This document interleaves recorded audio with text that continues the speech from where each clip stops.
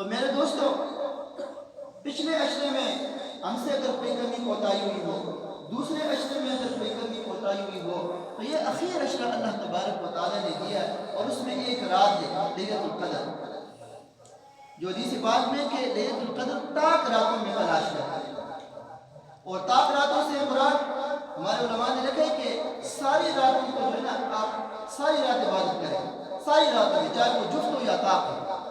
کیونکہ پاکستان میں جو ہے نا جو طاق راتیں ہوتی ہیں، تو دوسرے ممالک میں جن سے ایک جو ہے نا دن روزہ آ کے وہاں پر جفت ہوتی ہے، وہاں پر جو جفت ہوتی ہے، یہاں پر جو طاق ہوتی ہے، تو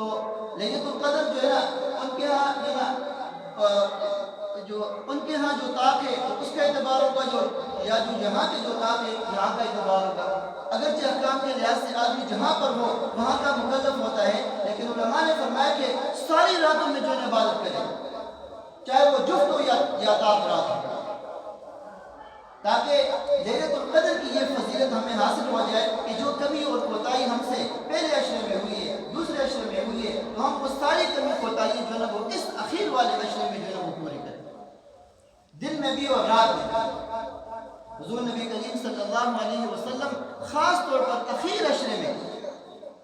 اپنی کمر کس لیتے تھے، یعنی عبادت کے لیے آپ کی جو ہے نا جدوجہد بڑھ جاتی تھی اور آپ بستر سے الگ ہو جاتے تھے، اور راتوں کو آپ طویل طویل قیام فرماتے تھے۔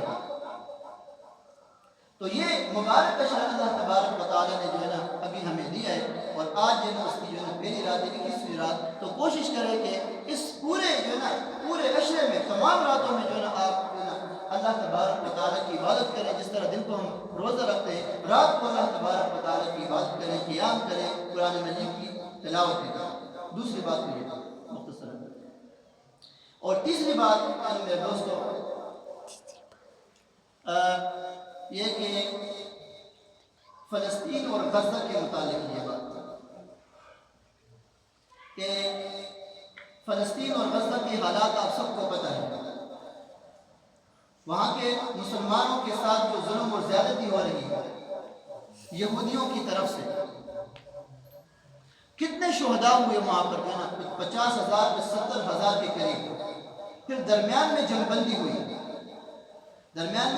ہوئی، جنگ بندی کی ابھی تاریخیں باقی ہے، لیکن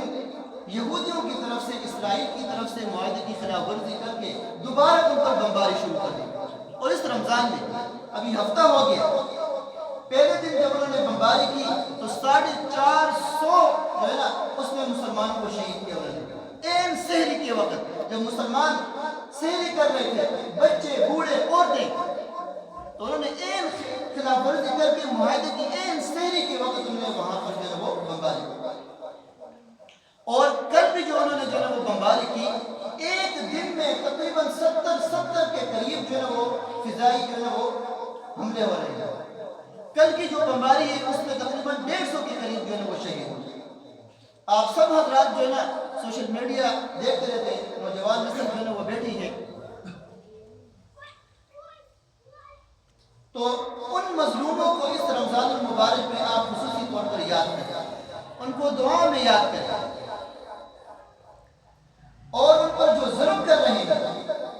ان کو اللہ تعالیٰ ہدایت دے کر ہدایت نصیب نہ ہو تو اللہ تبارک و تعالیٰ ان کی قوتوں کو تہس نہس کر دے، تو ان کو اپنی خصوصی دعا میں یاد رکھنا چاہیے۔ سوشل میڈیا جو استعمال کرتے ہیں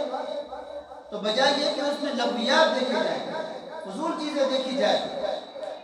فضول ویڈیو جو ہے نا ویڈیوز اور پکچر دیکھی جائے، غزہ کے مظلوم مسلمانوں کے لیے آواز بلند کریں، ان کی خبریں سنیں، ان کے ظلم کو دیکھیں کہ ان پر کیا ظلم ہو رہا ہے، لوگوں کو بتائیں، ان کے لیے آواز بلند کریں۔ دیکھو ایک جہاد تو یہ ہوتا ہے کہ آدمی بنفس سے نفیس جا کر جہاد میں شریک ہو جائے، اور جس طرح وہ ہمارے سے جو ہے نا سیکورٹی ادارے جو ہے الحمدللہ وہ جو ہے وہ فریضہ انجام دے رہے ہیں دشمنوں کے خلاف، جو ہے نا الحمدللہ ہمارے اس ملک پاکستان کی بھی حفاظت کر رہے ہیں، اور ان کے جو اساس ہیں ان کی بھی حفاظت کر رہے ہیں، ان کی بڑی قربانیاں ہیں۔ ایک جہاد تو وہ ہے براہ راست جہاد میں شریک ہونا، اور ایک جہاد یہ بھی ہے کہ اگر براہ راست آدمی جہاد میں شریک نہ ہو سکے تو جو لوگ جہاد میں شریک ہیں ان کے ساتھ تعاون کریں، ان کے ساتھ جان کے لحاظ سے، مالی لحاظ سے، خورد و نوش کے سامان کے لحاظ سے ان کے ساتھ جو ہے وہ مدد کریں، اور کسی کے پاس کچھ بھی نہ ہو تو کم از کم دعائیں تو ان کے لیے کریں۔ رمضان المبارک میں، اخیر عشرے میں، تاک راتوں میں اور سحری کے وقت ان کے لیے جو ہے وہ خصوصی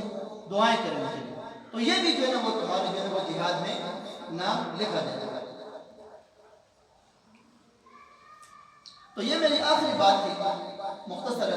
کہ غزہ کے مظلوم مسلمانوں کو بھی جو ہے وہ یاد کریں، اور ان پر جو مظالم جو ہے وہ کر رہے ہیں یہودی، ان کے لیے مسلمانوں کے لیے اللہ سے دعا کریں، اور ان یہودیوں کے لیے جو ہے اللہ تبارک و تعالیٰ کے ہاں ان کی شکایت درج ہے